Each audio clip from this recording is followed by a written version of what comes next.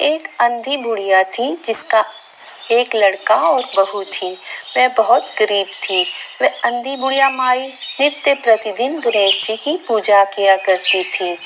माई की पूजा से प्रसन्न होकर एक दिन गणेश भगवान साक्षात सन्मुख आकर बैठ गए और बोले कि बुढ़िया माई, तू प्रतिदिन निस्वार्थ भाव से मेरी पूजा करती है, जो चाहे सो मांग ले। बुढ़िया माई बोली, हे विघ्नहर्ता गणेश जी, भगवान मुझे तो मांगना नहीं आता, सो क्या मांगू। तब गणेश भगवान बोले कि माई मैं कल आऊँगा, तू अपने बहू बेटे से पूछकर मांग ले। तब बुढ़िया ने अपने बेटे बहू से पूछा तो बेटा बोला कि माँ धन मांग ले, और बहू ने कहा कि माँ पोता मांग लो। तब बुढ़िया ने सोचा बेटा बहू तो अपने अपने मतलब की बातें कर रहे हैं।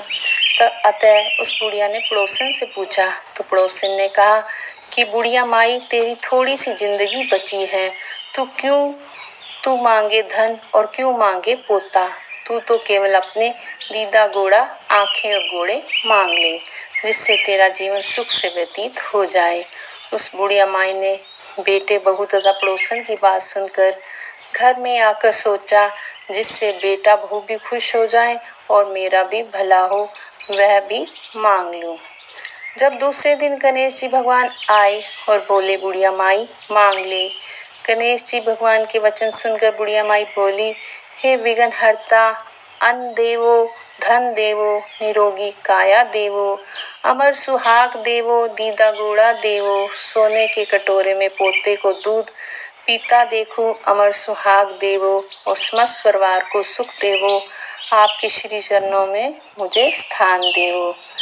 बुढ़िया की बात सुनकर गणेश जी बोले, बुढ़िया माँ, तूने तो मुझे ठग लिया और कहती है कि मुझे मांगना नहीं आता। जो कुछ तूने मांग लिया वह सभी तुझे मिलेगा। यूं कहकर गणेश भगवान अंतर्ध्यान हो गए। हे गणेश जी भगवान, जैसे बुढ़िया माई को दिया वैसे सबको देना और सभी पर अपनी कृपा बनाए रखना।